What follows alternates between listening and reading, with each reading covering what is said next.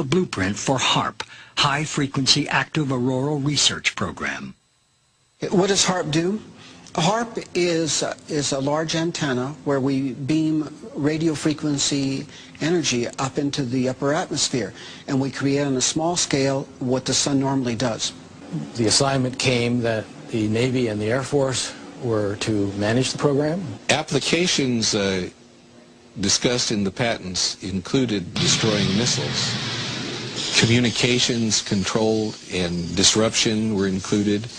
There were some other ideas both to possibly modify weather and finally to lift a portion of the upper atmosphere further out into space where hopefully it would be able to deflect missile trajectories. In 1983, I did radiotomography with 30 watts, looking for oil in the ground. I found 26 oil wells over a 9-state area, and 100% of the time was accurate with just 30 watts of power beaming straight into solid rock. HAARP uses 1 billion watts beamed straight into the ionosphere for experiments. Picture these strings on the piano as layers of the earth. Each one has its own frequency. What we used to do is beam radio waves into the ground, and it would vibrate any strings that were present in the ground. We might get a sound back like, and we'd say, that's natural gas. We might get a sound back like, and we'd say, that's crude oil. We were able to identify each frequency. We accomplished this with just 30 watts of radio power. If you do this with 1 billion watts, the vibrations are so violent that the entire piano would shake. In fact, the whole house would shake. In fact, the vibrations could be so severe underground that could even cause an earthquake. Earthquake, earthquake, earthquake, earthquake.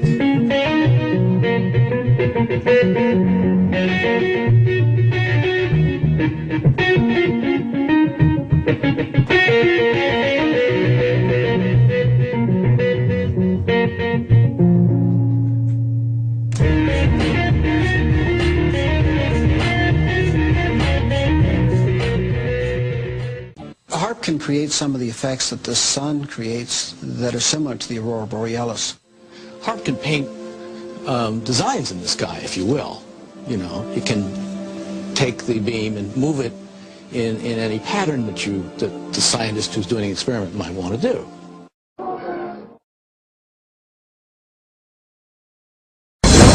The Morrises are experts in non-lethal weapons technology. They are consultants to the Defense Department, CIA, NSA, and world-renowned think tanks. The technology necessary to project three-dimensional images to a point in space requires no new breakthroughs in science. We have the technology now. Overall, the non-lethal weapons development program is aimed at giving our military options between talking and shooting. Specific system development, we really can't talk about. But the Morrises did talk in general about secret military experiments with lifelike 3D projections in the sky called holograms. Holograms on a battlefield would be to divert the attention of the enemy, to deliver propaganda or something very frightening to make the enemy run away if you think that he will believe that what you are sending is really an angel, a devil, a UFO.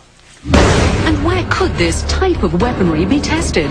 Perhaps not coincidentally, along the US-Mexico border at the Army's electronic proving ground in Fort Huachuca, Arizona.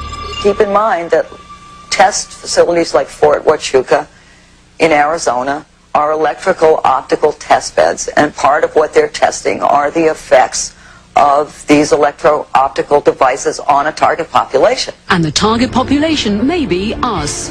America has to test American equipment in America.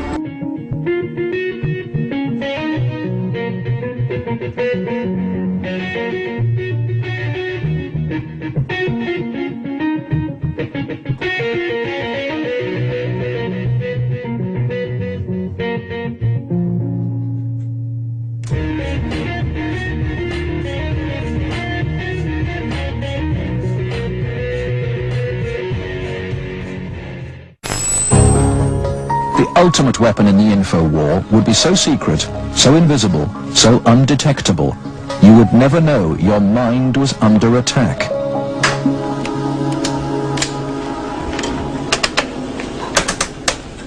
At Laurentian University in Ontario, Canada, a young student is about to undergo one of the strangest experiences of her life.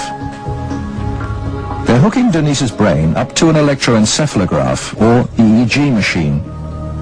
For 30 to 40 minutes, this will monitor her brainwaves, while these electric coils attached on either side of her head will immerse her brain in an electromagnetic field.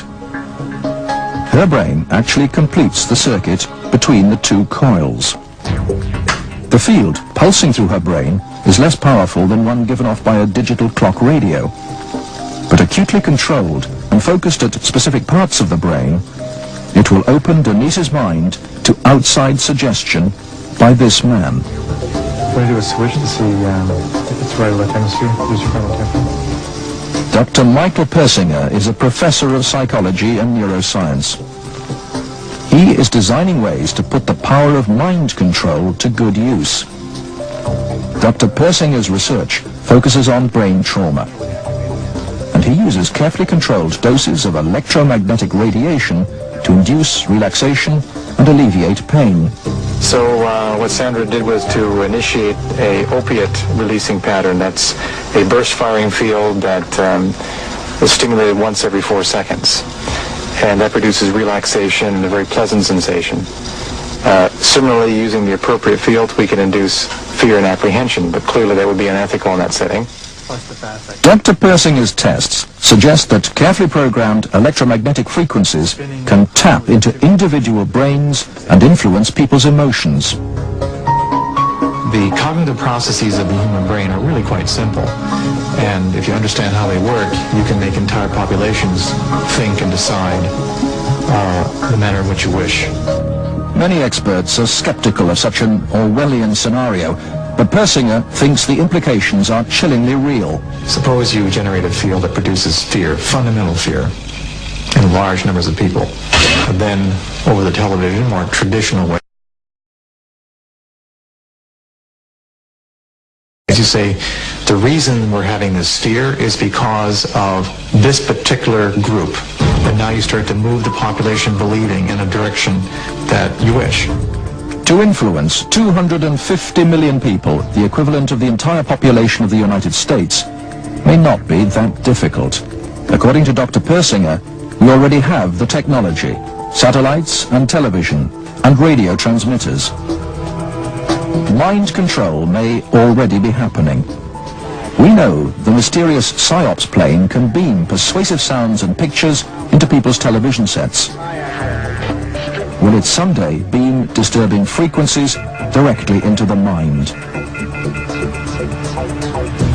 Mind control will be the ultimate non-lethal weapon.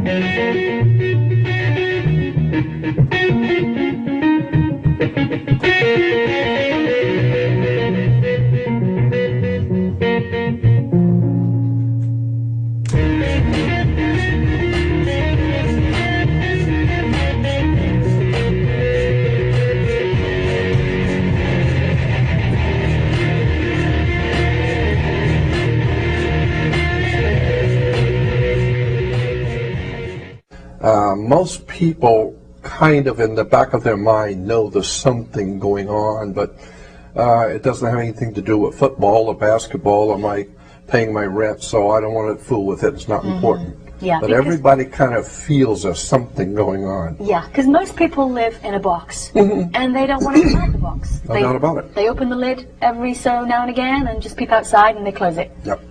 Do you think the governments are going to let us know at some point? I think, I'll tell you what, again, it's just my opinion.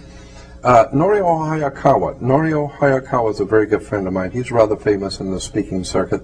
And he's always talking about how he believes that the government is going to stage some kind of a UFO landing, and it's going to frighten everybody, and all the nations will come together and collectively come together as a trick. Like a War of the Worlds. Yeah, like a War of the Worlds, right. And it's all going to be a trick, he thinks. Right. It's all going to be planned.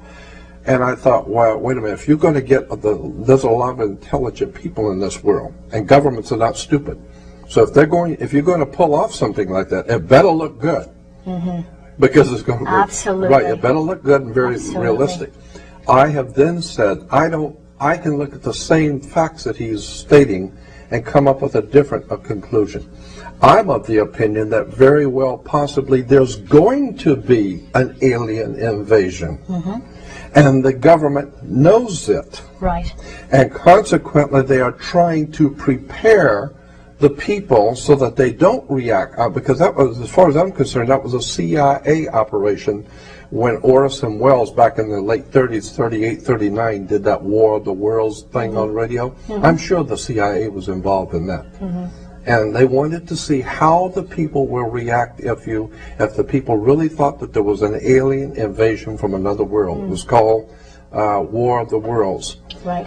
With Orson Welles, and people went berserk. Well, I don't think they're going to go berserk today. I think too many people in this world have already had experiences. They know something's up.